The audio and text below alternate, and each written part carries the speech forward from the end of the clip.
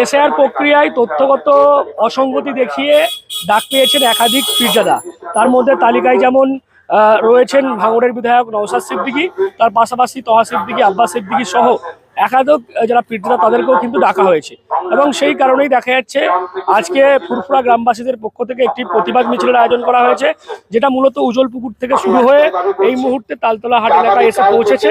এবং সেখান থেকে যেমনটা পীরজাদাদের মুখে উঠে আসছে যে যখন নির্বাচন কমিশন এসআইআর প্রক্রিয়া ঘোষণা করে তখন কিন্তু বলা হয়েছিল 2002 সালে যাদের নাম থাকবে তাদের নাম কাটা যাবে না, এমনকি তাদেরকে ভোটে এই যে লজিক্যাল ডিসক্রিপেন্সির নামকে ডাকা হচ্ছে তাদেরকে কিন্তু হিয়ারিংও আসতে হবে না, এমনটাই তৎকালীন সময় বলা হয়েছিল।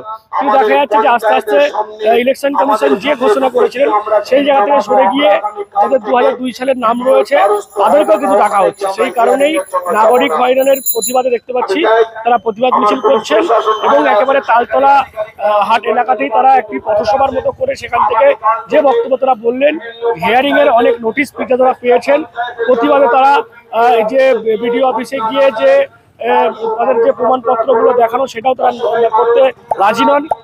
আজকে আপনাদের মিছিল কি কারণে?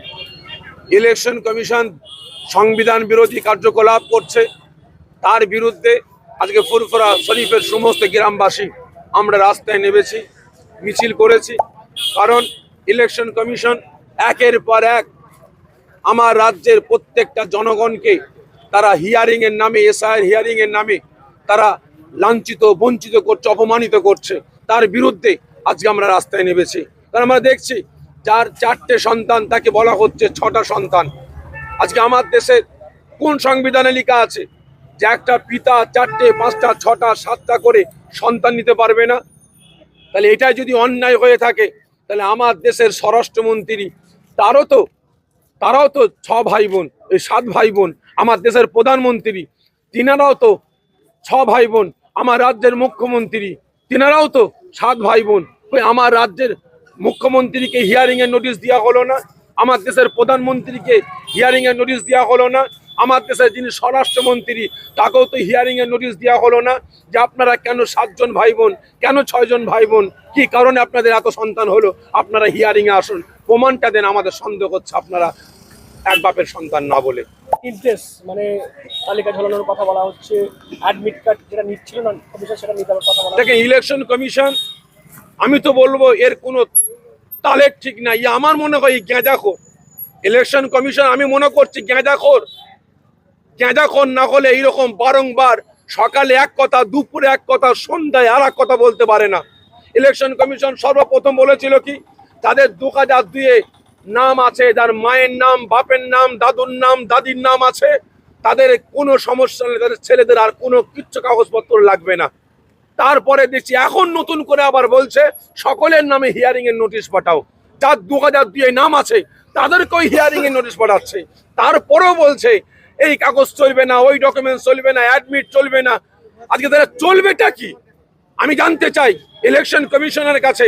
আপনি যে এত আইন পাস করছেন যে 13টা আপনি নথি দিয়েছেন, আপনি দেখাতে পারবেন? আগে আপনি আমার দেশের জনগণকে, আমার রাজ্যের জনগণকে আপনার 13টা নথি আপনি দেখান। আপনার বাপ মায়ের যে আপনার জন্ম সার্টিফিকেটটা আপনি দেখান, আপনার বাপ মায়ের অ্যাডমিটটা আপনি দেখান, যে নথিগুলো আপনি দেখিয়েছেন সেই নথিগুলো আপনি দেখান। তারপরে আমরা আমাদের নথিগুলো দেখাবো। আপনি দেখাতে পারবেন না, উপরন্তু আপনি আমাদের কাছে চাইছেন এবং প্রত্যেকটা দিন, প্রত্যেকটা সময়, প্রত্যেকটা ঘন্টা একের পর এক আপনি কথা চেঞ্জ করে বেড়াচ্ছেন। আমি মনে করব এই গেঁজাখোর ইলেকশন কমিশন এর বিরুদ্ধে আমার দেশের নাগরিক, আমার রাজ্যের নাগরিকদের সোচ্চার হওয়া দরকার। কারণ এ বেটারা আজকে আমাদের রাজ্যের মানুষগুলোকে, আমার দেশের জনগণকে ভোটার করে আগামী দিন আমার মনে হয় বিজেপিদের ঢোকার সুব্যবস্থা করার পরিকল্পনা করছে। হিয়ারিং বয়কট করার কথা বলছিলেন কেন?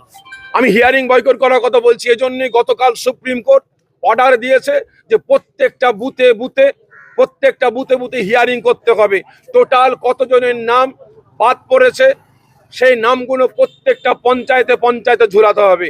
যদি আগামীকাল বুধবার না ঝুলায় পঞ্চায়েতে পঞ্চায়েতে, তাহলে আগামীকাল থেকে আমরা টোটাল সুপ্রিম কোর্টের কথা অনুযায়ী, সুপ্রিম কোর্টের রায় অনুযায়ী আমরা আগামীকাল থেকে ভিডিও গিয়ে হিয়ারিংয়ে আর যাব না।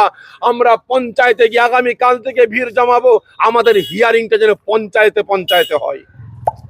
বললেন যেটা বলছিলেন, যেটা বলেছিল কমিশন 2002 সালে যাদের লিস্ট থাকবে তাদেরকে ডাকা হবে না, দেখা যাচ্ছে কোথাও গেলে কথা রাখছে না কমিশন। এটা কমিশনের দ্বিচারিতা হচ্ছে জনগণের সাথে। এটা কমিশনের জন্য কোনোদিন এটা উচিত নয়, যেহেতু তিনি মানে নিরপেক্ষ হিসাবে কাজ করা তার জন্য উচিত। কারণ সেই যে পদটায় উনি বসে আছেন ওই পদটা হলো নিরপেক্ষ পদ, ধর্মের ব্যাপার নয়, রাজনৈতিক ব্যাপার নয়। কিন্তু আমরা দেখছি দিনের পর দিন তিনি একটা মানে বিশেষ রাজনৈতিক দলের মানে ইন্ধনে তিনি কাজগুলো করছে। তাই এটা তানার জন্য দ্বিচারিতা এবং ভারতের জনগণের সঙ্গে তিনি খেলোয়াড় করছেন, এটা তানার জন্য কোনোদিন উচিত হয় না। এই কর্মটায় আমরা নিন্দা জানাচ্ছি, নিন্দনীয় কর্ম। এবং আগামীতে কমিশনারের কাজটা স্বচ্ছ হওয়া উচিত। তিনি যিনি জনগণের সঙ্গে এই দ্বিচারিতা করেন, দেখবেন তিনি একদিন কিন্তু তারা এই নোংরা গর্ত খোঁড়ায় তিনি নিজেই পড়ে জনগণের দিকে হাত বাড়াবে বাঁচার জন্য। তাই তানার জন্য এটা উচিত নয়। তিনিও মানুষ, তিনিও জনগণ, দেশের জনগণ তানাকে সম্মান দিয়েছে বলে সেই যোগ্যতাটা তিনি পেয়েছেন, জনগণের জন্য পেয়েছেন, তানার জন্য জনগণ পায়। তাই তানারও ভাবা এটা উচিত। আমরা এর প্রতিবাদ জানাচ্ছি যে মানে আইন সুপ্রিম কোর্ট থেকে দেওয়া হয় সেই অনুযায়ী ভারতের কাজ হবে, এটাই আমরা আশাবাদী। আর জাতি ধর্ম বর্ণ নির্বিশেষে কেউ যেন তানার নোংরা এই চিন্তার শিকার না হয়, সেজন্য আমাদের এই প্রতিবাদ। লাইনে দেখা যাচ্ছে অধিকাংশ সংখ্যালঘু মুসলিম, কোথাও কি টার্গেট করা হচ্ছে? বিশেষ কিছু জায়গায় টার্গেট করা হচ্ছে এবং আমরা এমনও খবর পেয়েছি মানে মুসলমানদের 6 জনের অধিক সন্তান হলে বা 6 জন হলে নোংরা মিসবিহেভ করা হচ্ছে, বাজে ভাষা। কেন এত সন্তান হলো, কি জন্য? এরা তাদের জন্য একটা সম্প্রদায়কে ঘৃণার মানসিকতায় বার্তা দেওয়া, এটা কোনো দিনের জন্য কাম্য নয়।